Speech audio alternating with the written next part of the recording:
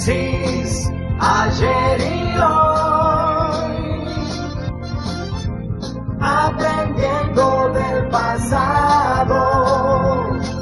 Génesis, ayer y hoy. Se vive una semana de adrenalina hasta el sábado a las 0 horas, donde se van a cerrar las listas de los partidos y los frentes electorales que quieren competir en las PASO. Pero debe saber la sociedad que está escuchando y que no están duchos en las cuestiones políticas, que en realidad esto no se cumple estrictamente, porque los que recepcionan las presentaciones son las juntas electorales de los frentes y o de los partidos políticos. Y entonces siempre aparece alguno a las 3 de la mañana que quiere cambiar alguna cuestión, porque lo puede hacer porque nadie controla desde el punto de vista judicial ese cierre.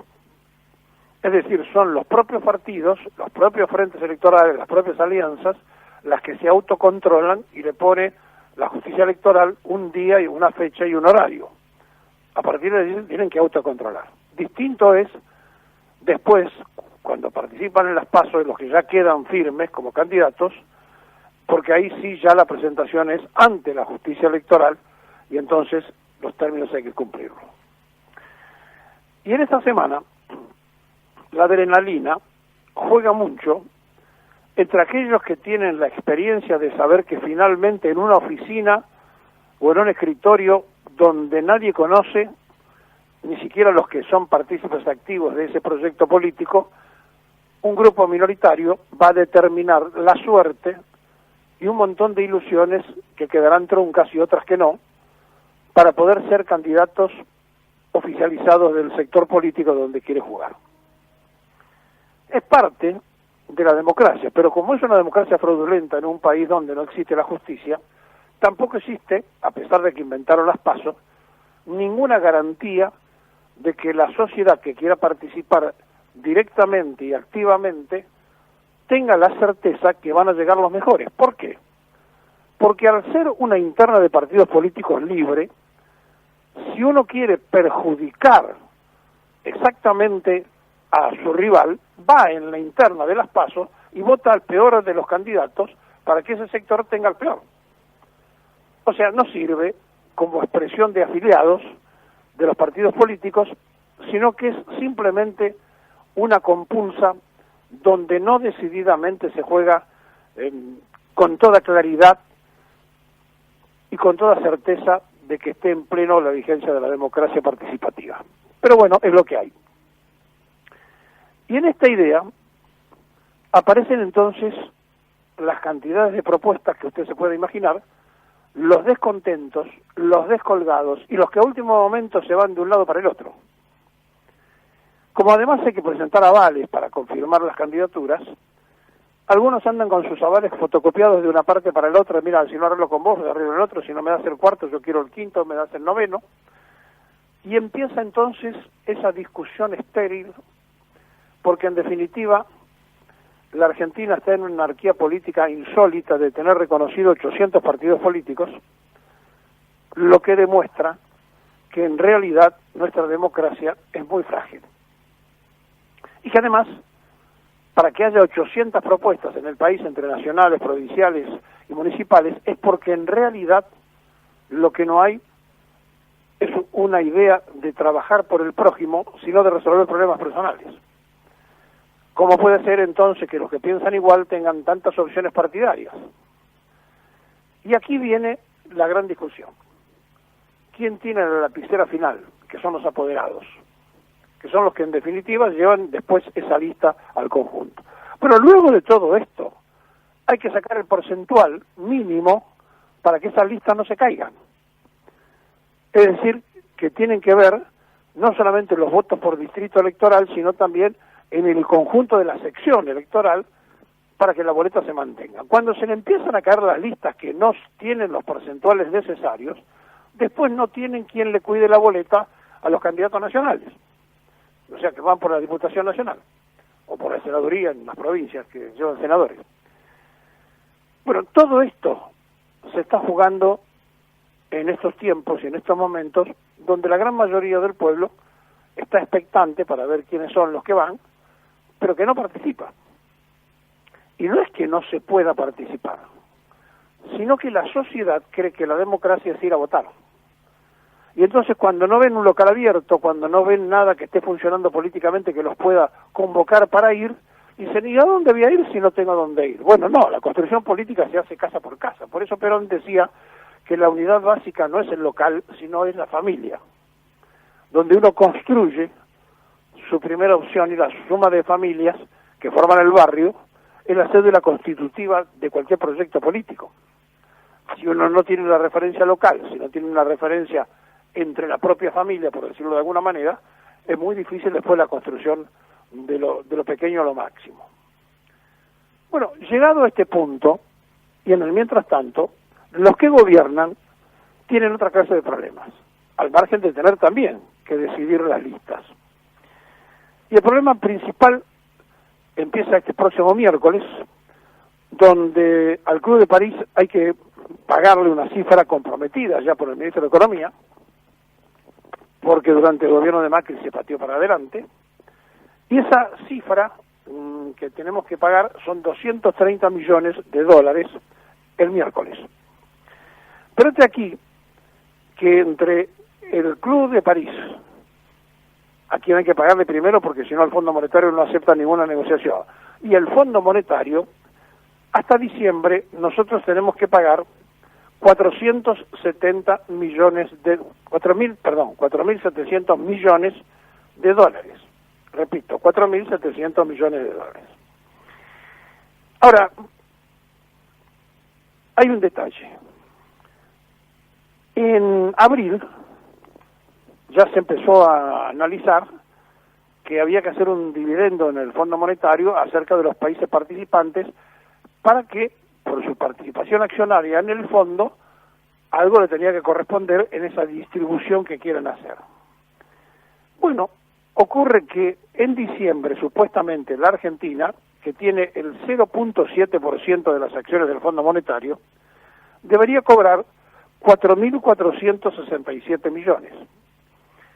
Si nosotros en diciembre tenemos que cobrar esto, y hasta diciembre tenemos que pagarle al Fondo y al Club de París la cifra antes mencionada, estamos casi empatados. Es decir, no tendríamos por qué tener problema de caja. Pero como hay que esperar hasta diciembre para que el fondo mande esa remesa, nosotros tenemos que pensar que le estamos debiendo a 40 países en 8 monedas distintas, 16 préstamos que le hicieron al país desde el Club de París, y que los principales acreedores son, en este caso, Alemania y Japón. Alemania tiene el 37.37 de la deuda nuestra, Japón el 27.74, Holanda el 7.98, España el 6.68, Italia el 6.29, Estados Unidos, todo está en el Club de París, 6.28, Suiza 5.31, Grecia el 3.62, y así podríamos estar. Francia, Suiza tienen el 3.62 también. Yo dije Grecia, no, Suiza tiene el 3.62, Francia tiene el 2.62, Canadá tiene 2.11, es decir, son 40 países a los que componen ese Club de París, que en distintas monedas, en 8 monedas distintas, le prestaron a la Argentina en distintos tiempos, en distintas formas. Todo en el gobierno anterior. Bueno, esto hay que pagarlo, porque si no se paga esto, el Fondo Monetario no acepta después ninguna otra negociación. Y entonces, en el mientras tanto, el Fondo Monetario en agosto espera cobrar 350 millones de dólares, y en diciembre está la llegada de ese dinero que le dije, de 4.467 millones, que nos correspondería de reenvío, de reembolso del Fondo Monetario Internacional, que cubriría prácticamente el vencimiento casi idéntico, que es la deuda que tenemos con el Club de París y con el propio Fondo Monetario Internacional hasta diciembre. Bueno, Dicho esto, después viene todo el otro problema simultáneo, que es que no se ha podido ordenar ni manejar la economía local, que sigue la especulación, que sigue el remarque, que siguen haciendo lo que les parece, que los laboratorios de medicina han aumentado un 5% por arriba de la inflación los medicamentos y que nadie los controla. Y entonces, en el mientras tanto, el desgaste interno va produciendo desconformidad en la sociedad y están muy preocupados por atender la deuda externa y se están despreocupando por los problemas internos. Yo les sugeriría que miren un poco más hacia adentro, porque evidentemente lo externo, de acuerdo a esto que le acabo de decir, estaría medianamente resuelto, pero lo interno no está resuelto. Y entonces aquí tenemos que ponernos a ver cómo se hace objetivamente para resolver este tema, más allá de todo lo que ya conocemos de la pandemia, más allá de todo lo que conocemos de la situación heredada, todo eso ya lo sabemos. Pero también es cierto que el gobierno va a cumplir 2 años en su actividad y que le quedan 2 años por delante. Y que la elección del medio tiempo va a significar mucho, no solamente en lo económico para el futuro, sino también en lo judicial. Porque créamelo, si el Frente de Todos hace una buena elección, la Corte Suprema de Justicia va a tener fallos que van a impactar en la opinión pública a favor de lo que pide el pueblo. Pero si es al revés, si la oposición llega a tener un mejor desempeño que el propio Frente de Todos, no va a ocurrir nada de lo que la gente espera y seguirán libres todos aquellos que hicieron sus zafarranchos económicos, porque en la Argentina los que le roban al Estado parece que nunca terminan presos. Y esto tiene antecedentes muy claros. Cuando el juez Ballestero dejó pasar 18 años para fallar y después de los 18 años dijo que Alejandro Olmos tenía razón, se habían muerto los principales inculpados y los demás no se podían seguir ni presos ni procesados porque habían pasado más de 10 años. Bueno, con el correo de Macri pasa más o menos lo mismo y con cada una de las situaciones que se vienen planteando entre aquellos que hacen desastres pasa casi lo parecido. Y al viernes ustedes escuchaban que hablábamos con un director del Banco Nación que decía que el banco ya había hecho con Vicentín todo lo que podía hacer y que ahora dependía de la justicia. Claro, ¿de qué justicia? De un juez que está comprometido con el propio Vicentín. Estamos en un problema que es el ejercicio pleno del poder. Al Frente de Todos se le ungió con el poder para que haga las cosas, no para que las dilate. Y entonces, cuando las cosas se dilatan, los propios votantes del Frente de Todos aprietan para que las cosas se hagan, muchos están desencantados y otros están todavía diciendo, a pesar de todo, los voy a votar porque lo peor que puede ocurrir es que vuelvan los que se fueron. Así iniciamos esta semana, donde sobre el cierre de la semana seguramente habrá algunas novedades, pero que el próximo lunes usted ya tendrá quiénes son las cabezas de cada una de las listas, aunque la verdad entre nosotros, ninguno le va a cambiar la vida.